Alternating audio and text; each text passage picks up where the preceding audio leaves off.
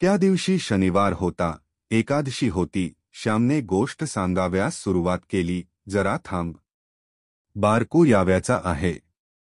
काल तो भाकरन खाताच आला होता. शिवा म्हणाला, तो पहा आलाच. ये बारकू ये, माझ्याजवळ बैस, असे म्हणून गोविंदाने बारकूस आपल्याजवळ बसविले. श्याम सांगू लागला, ते पावसाळ्याचे दिवस होते. कोकणातील पाऊस तो मुसळधार पाऊस ओतत होता. जिकडे तिकडे पाण्याचे लोट खळखळाटत वाहत होते. पावसातून डोक्यावर इरली घेऊन कुडकुडत आम्ही शाळेत गेलो. त्यावेळेस कोकणात छत्र्या फार बोकाळल्या नव्हत्या. इरली फारच सुंदर व साधी असतात. आमचा धाकटा भाऊ जरा आजारी होता म्हणून तो आमच्या बरोबर शाळेत आला नाही. दादा व मी शाळेत गेलो. आम्ही शाळेत गेलो, परंतु घरी यशवंताचे दुखणे एकाएकी वाढले. तो 2 दिवस नालगुदाने आजारी होता, परंतु ते दुखणे बरे झाले होते. दुसरेच दुखणे उत्पन्न झाले. पहाटे त्याचे पोट दुखण्याचे निमित्त झाले. पोट जास्त दुखू लागले. पोट फुगू लागले. त्याला शौचास होईना व लघवीसही होईना. खेड्यात कोठला डॉक्टर, कोठला एनिमा. घरगुती उपाय चालले होते. आमचा गडी गोविंदा आम्हास शाळेत बोलाविण्यासाठी आला.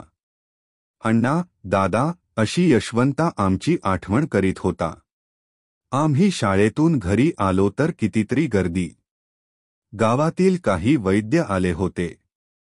पितांबरभाई, कुशाआप्पा आले होते. माझा भाऊ गडबडा लोळत होता. पोट फुगत चालले तरी त्याला अतिशय तहान लागली होती. त्याला पाणी देत नव्हते. पाण्याच्या भांड्याकडे तो गडबडा लोळत सुटे. त्याला पुन्हा धरून ठेवी. त्याचे वय 6 वर्षांचे असेल तेव्हा. आदल्या दिवशीच आई त्याला रागे भरली होती. अंगणात चण्याची डाळ वाळत घातली होती. शेळी येऊन डाळ खाऊ लागली तर यशवंताने ती हाकलली.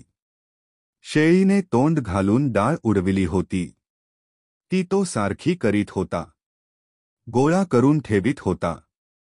इतक्यात आजीने पाहिले व ती म्हणाली, डाळ खातोस का रे चोरा, आणि कळू नये म्हणून नीट सारखी करून ठेवतो आहेस वाटते. बराच की रे आहेस.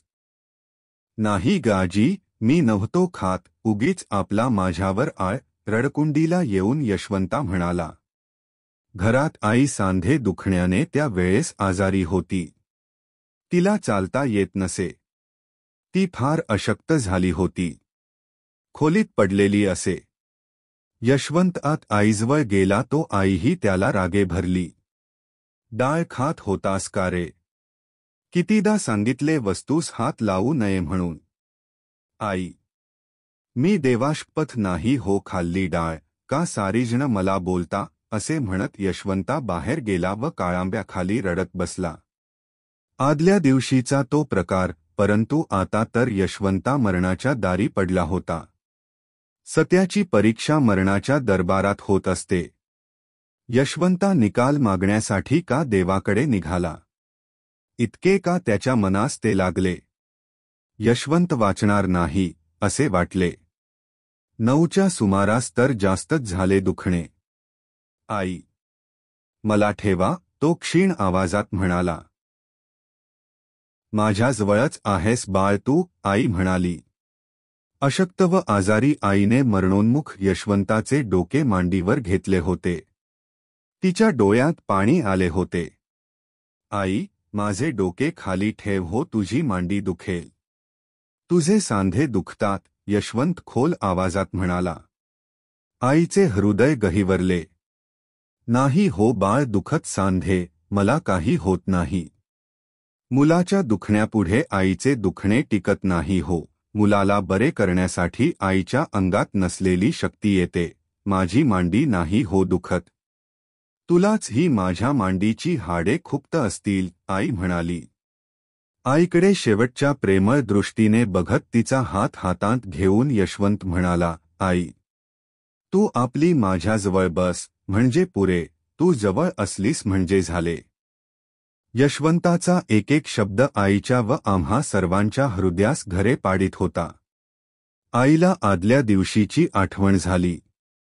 भरून आले तिचे डोळे, भरून आला ऊर. तिने एकदम त्या मरणोन्मुख बाळाचे चुंबन घेतले. त्या म्लान होणाऱ्या मुखकमलावर अश्रुसिंचन केले. ते पहा, प्रेमळ डोळे यशवंताने उघडले व आईकडे परमभक्तीने व प्रेमाने त्याने पाहिले. त्यानंतर थोडा वेळ गेला व तो आमचा यशवंत राम राम म्हणत आम्हांस सोडून गेला. आई नेहमी म्हणायची, यशवंत पुण्यात्मा होता म्हणून तो एकादशीच्या दिवशी देवाकडे गेला.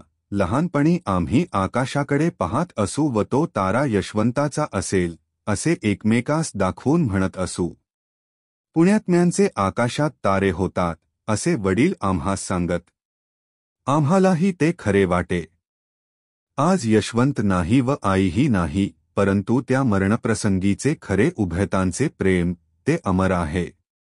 असा थोर भाऊ व अशी थोर माता मला मिळाली होती. या विचाराने मला धन्यता वाटते. त्यांच्या नखांची सर मला नाही, मी पामर किडा, परंतु माझ्यातही काही चांगुलपणा, काही प्रेम असले तर त्याचे श्रेय त्या मातृनिष्ठ भावास व मुलांच्या शीलांस जपणाया त्या थोर मातेस आहे. अशी आई व असे भाऊ लाभाव्याला पूर्वसुकृतच लागते. बहुता सुकृतांची जोडी पदरी असाव्यास हवी. सत्संगती लाभाव्यास जशी पुण्याई लागते, त्याप्रमाणे थोर मातापित्रे, थोर भावंडे मिळाव्यासही पुण्याई लागते, परंतु माझी असेल असे मला वाटत नाही. ईश्वराच्या कृपेची ती देणगी होती.